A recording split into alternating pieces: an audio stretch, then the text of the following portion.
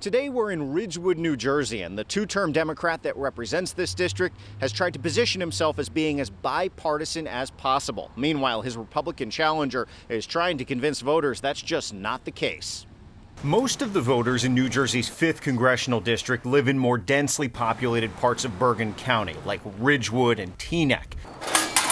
But most of the district's geographic area spans across the Garden State's northernmost border before jutting south in an L shape along the Delaware River. I was not just once, but twice ranked the most bipartisan member of the House of Representatives. Second-term Congressman Josh Gottheimer has tried to position himself as a moderate voice in Congress, co-chairing the Bipartisan Problem Solvers Caucus. Most recently, the group helped reignite stimulus negotiations with a compromise proposal. More stimulus relief to families, more help for our small businesses like the one behind me.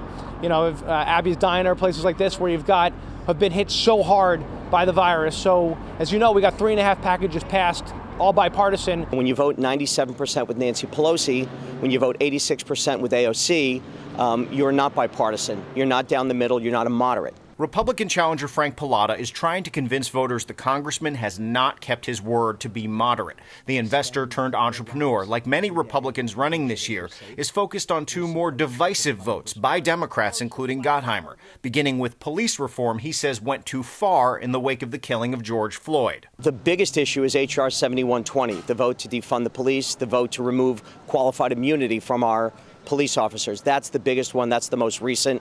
The most recent one I've had issue with. Also in 2020 was the impeachment vote. But Gottheimer, unlike many Democrats under attack for their positions on policing, has earned key endorsements, including from the Fraternal Order of Police and the State Troopers Union. The congressman argues Pallotta is trying to distract from his investor past and views on the pandemic that somewhat mirror President Trump's. People have to be smart and safe the way we've gotten here, and that's how we've kept things down. My opponent is just, I don't know, he for some reason doesn't want to take the steps that we need, like wearing face masks that are critical. Pallotta has certainly styled some of his positions after the president, but he says that means emphasizing the economy. When you look at the president, I think a lot of people take a step back and they look at the president's policies. The president's policies on a national and to some degree at an international level, I think are very consistent with a strong economy. A strong economy, I think, is a strong country, and I think people recognize that.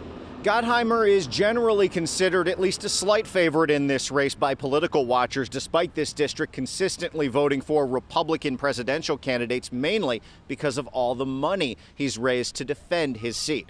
In Ridgewood, New Jersey, Henry Rossoff, Pix 11 News.